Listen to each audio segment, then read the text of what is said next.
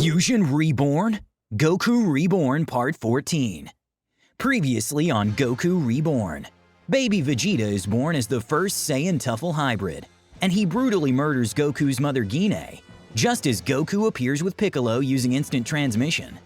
Seeing that, Bardock just snaps with rage, transforming into a Super Saiyan. Piccolo takes Gine's lifeless body from Goku, and he looks at him. "What are you going to do? That thing is…" Piccolo starts. Goku cuts him off. "I know," he says. His voice is calm but cold. "It's Vegeta!"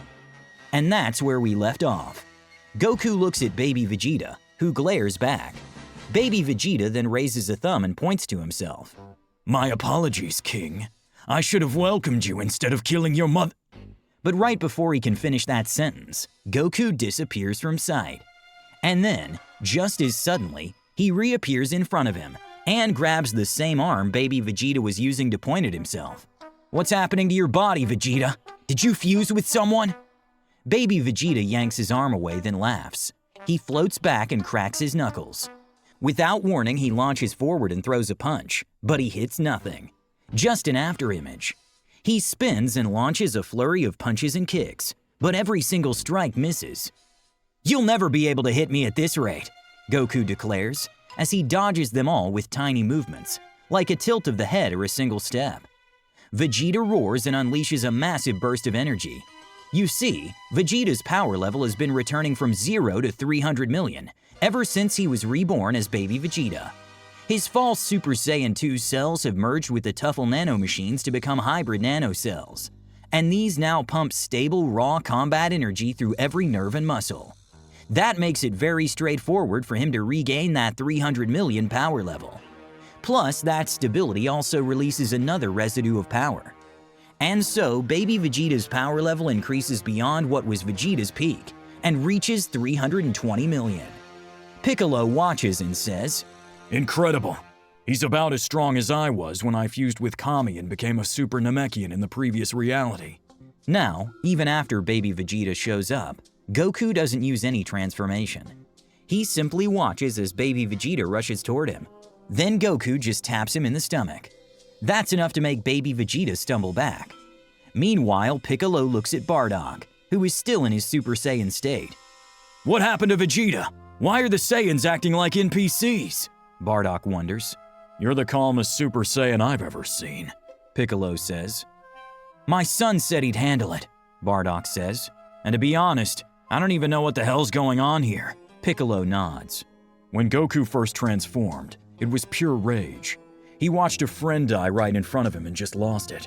But you lost someone just as close, maybe even closer, and somehow you still seem to be in full control. Was this really your first Super Saiyan transformation?" Bardock stays quiet for a second.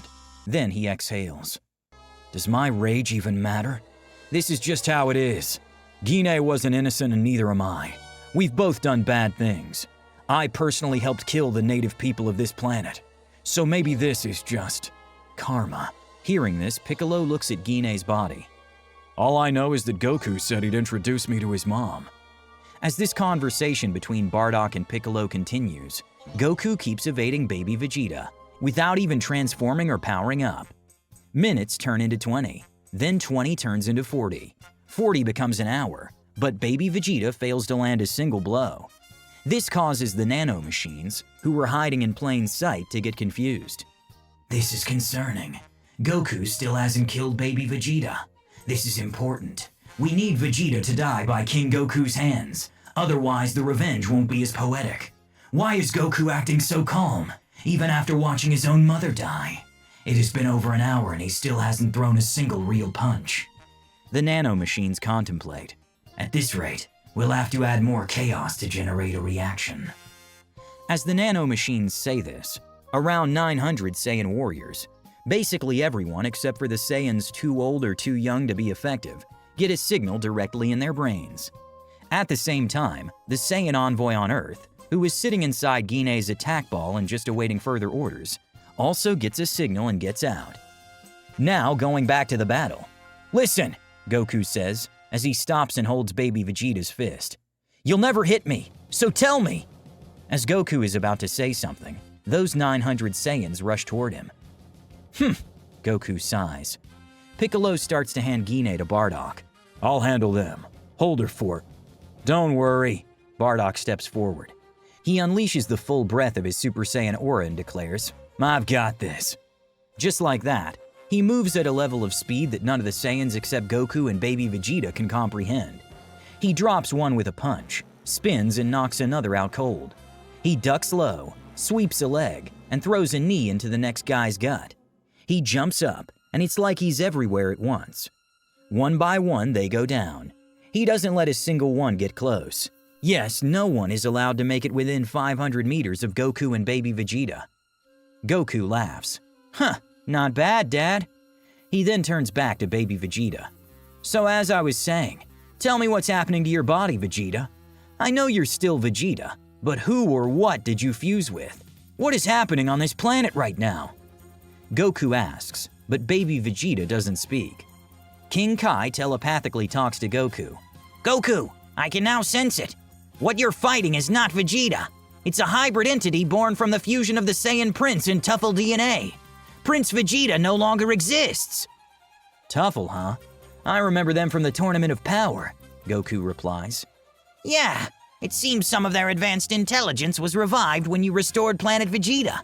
They are the natives of this planet, and from what I know, literally all of them were killed by the Saiyans, King Kai reveals to Goku. I see. Now, I'm not sure what you mean by advanced intelligence, King Kai, but you're wrong about one thing. Vegeta still exists, Goku tells King Kai. He glares back at baby Vegeta. Isn't that right, Vegeta? Hearing this, baby Vegeta starts laughing. His laughter begins normally, but gradually transforms into the robotic, crackling voice of the nanomachines, as the Tuffle nanomachines decide to fully use Vegeta as their avatar. Greetings, King Son Goku. It's an honor to finally get to speak with you. Who are you? Goku asks a simple question. The embodiment of the Tuffle people and their calculated retribution. And it is just as you said, King. Vegeta is still alive in this body, but not sure if you can still consider him a person. Baby Vegeta declares. You are the one who killed my mother, right? Goku's tone is surprisingly calm. Yes, exactly. It was us. Now come on, blow a hole straight through this body, baby Vegeta responds. Hearing this for a moment, Goku recalls all the memories he's shared with his mother since he was reborn. He gently smiles and breaks into a pose. All right, let us fight! What's wrong, Son Goku? I can't sense any hostility from you, baby Vegeta asks. What? You expected me to go berserk and just kill everyone? Goku lets the words out. Yeah? Baby Vegeta sounds confused. At the very least, I was sure you'd kill Vegeta. No, I wouldn't. Besides, this whole thing wouldn't even be happening right now if I hadn't used the Dragon Balls. It's my responsibility to deal with it properly, Goku declares. However, baby Vegeta is simply stunned. When we planned this setup, we ran 10 billion simulations to see if it's possible to defeat you. But the only conclusion was that it's theoretically impossible. For some reason, we cannot beat you in a fight. So it is foolish to try. Hey, don't be like that. Just come at me. I promise you'll find it very refreshing. Goku grins. Piccolo smiles as Goku says this. At that moment, even though the nanomachines were fully aware of the true extent of Goku's power, and even though they also knew that Goku is not like the other Saiyans, they were still unable to understand the existence of a Saiyan who can fight without hostility.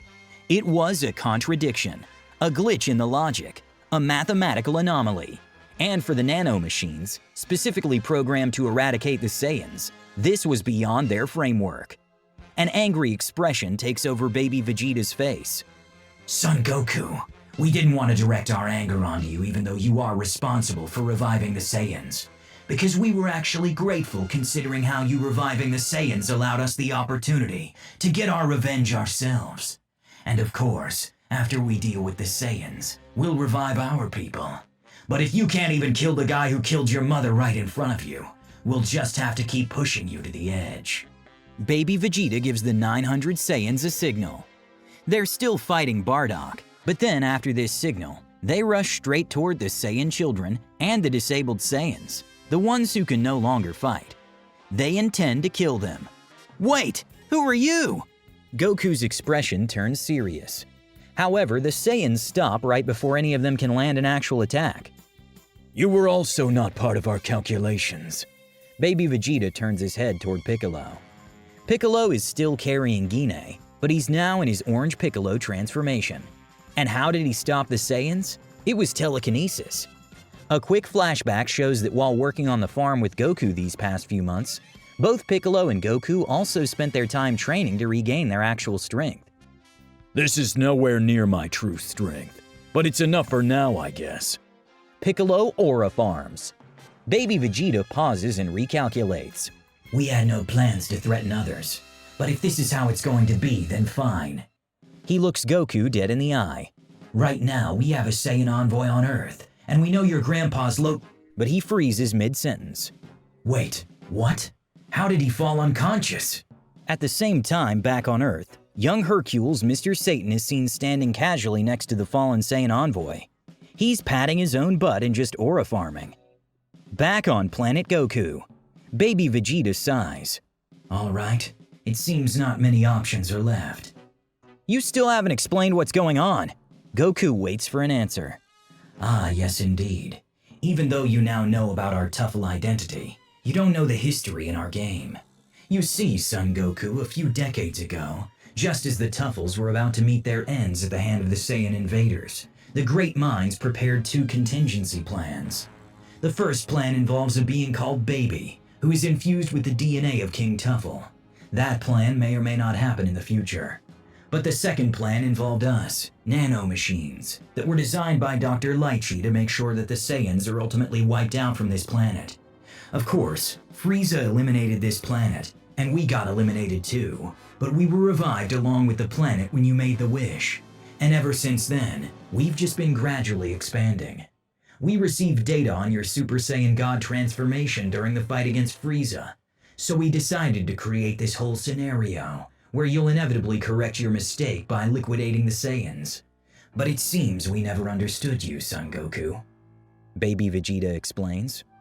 I don't really understand, but the fact that you decided you'd lose to me before even fighting means that you were just playing around with yourself, Goku replies. What? We were just playing around. Baby Vegeta is stunned. Yes, but we can fix this. Bring Vegeta back to how he was and undo whatever you've done to all these Saiyans, and then fight me one-on-one. Goku then breaks into his stance again. No, Son Goku. Vegeta won't ever be back to how he was. We've redesigned his DNA on a cellular level. Even if he dies and you use the Dragon Balls to revive him, he'll always be a Saiyan Tuffle hybrid aligned with us.